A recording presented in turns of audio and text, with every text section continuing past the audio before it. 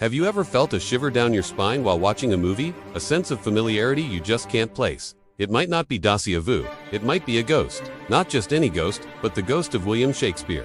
A spectral figure who doesn't just walk the battlements of Elsinore, but strides through the very architecture of modern storytelling. His influence is so profound, so deeply embedded, that we often don't even see it. He haunts our movies, our TV shows, and our novels, whispering iambic pentameter into the ears of creators centuries after his death. Let's start with the skeleton of a story. Shakespeare's most profound haunting is structural. Think about the 5-act dramatic arc he perfected.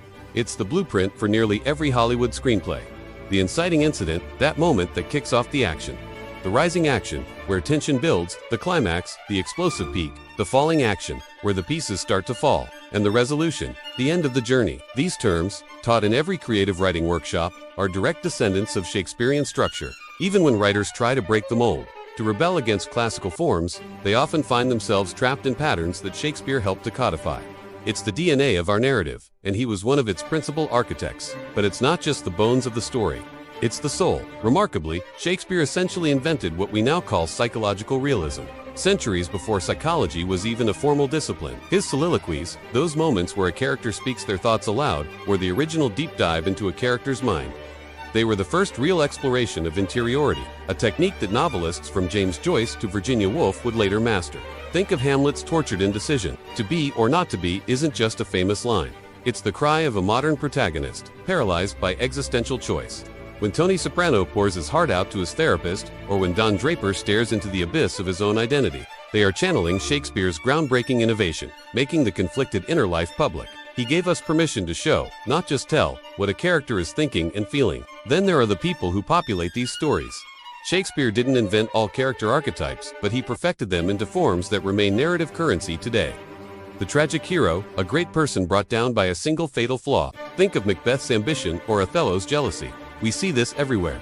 Walter White from Breaking Bad is a classic tragic hero, his pride and ambition leading to a spectacular downfall. We have the wise fool, the only one brave enough to speak truth to power, often cloaked in humor. We have the cross-dressing heroine, like Viola in Twelfth Night, who reveals just how performative gender roles can be. And of course, the scheming villain who explains his wicked plans directly to us, the audience. The Joker in The Dark Knight, a masterful agent of chaos, is a direct descendant of Shakespeare's Iago, who delighted in his own villainy. These templates are so effective, so resonant, that they appear again and again in our most acclaimed dramas and biggest blockbusters.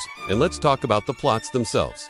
Shakespeare was a master adapter, a borrower of old tales, but his versions became so definitive that when modern creators adapt the same source material, it still feels Shakespearean. His specific plots are endlessly recycled, sometimes overtly, sometimes subtly. The Lion King. It's Hamlet, but with lions. A young prince, a murdered king, a villainous uncle who takes the throne. The parallels are undeniable. The teen comedy 10 Things I Hate About You is a direct, brilliant transplant of The Taming of the Shrew to a modern high school. West Side Story reimagines the tragic romance of Romeo and Juliet amidst the gang warfare of New York City. And how many political dramas, with their backstabbing and power plays, echo the dark machinations of Richard III or the conspiracy in Julius Caesar. He gave us stories so powerful they can be retold in any setting, in any era. Even the way we speak is haunted by him. We use Shakespearean phrases every day, often without even realizing it. Ever been on a wild goose chase? Or warned someone about the green-eyed monster of jealousy? Have you tried to break the ice at a party? Or praised someone for having a heart of gold? All of these are coinages from the bard.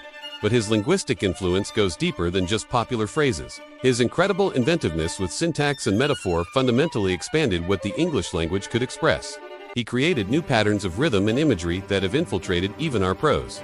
He showed us how language could be a tool, not just for communication, but for creating beauty, complexity, and profound emotional depth. In more recent times, storytellers have stopped just being haunted by Shakespeare and have started to confront his ghost head-on. These postmodern hauntings explicitly engage with his legacy. Tom Stoppard's play and film, Rosencrantz and Guildenstern Are Dead, brilliantly explores the story of Hamlet from the perspective of two minor characters, questioning fate and free will. The film The Dresser gives us an intimate look at the backstage drama of a traveling Shakespearean troupe during World War II. The acclaimed novel Station 11 features a group of survivors performing Shakespeare in a post-apocalyptic world, showing how art, and specifically Shakespeare, becomes essential for humanity's survival. And Maggie O'Farrell's novel, Hamnet, reimagines the life and tragic death of Shakespeare's own son, the event that may have inspired his greatest tragedy. These works suggest that we can't escape Shakespeare's shadow. We can only turn and face it, entering into a dialogue with his ghost. So why? Why does he endure? Perhaps Shakespeare's most lasting haunting is his relentless focus on the fundamental human questions that we are still grappling with today.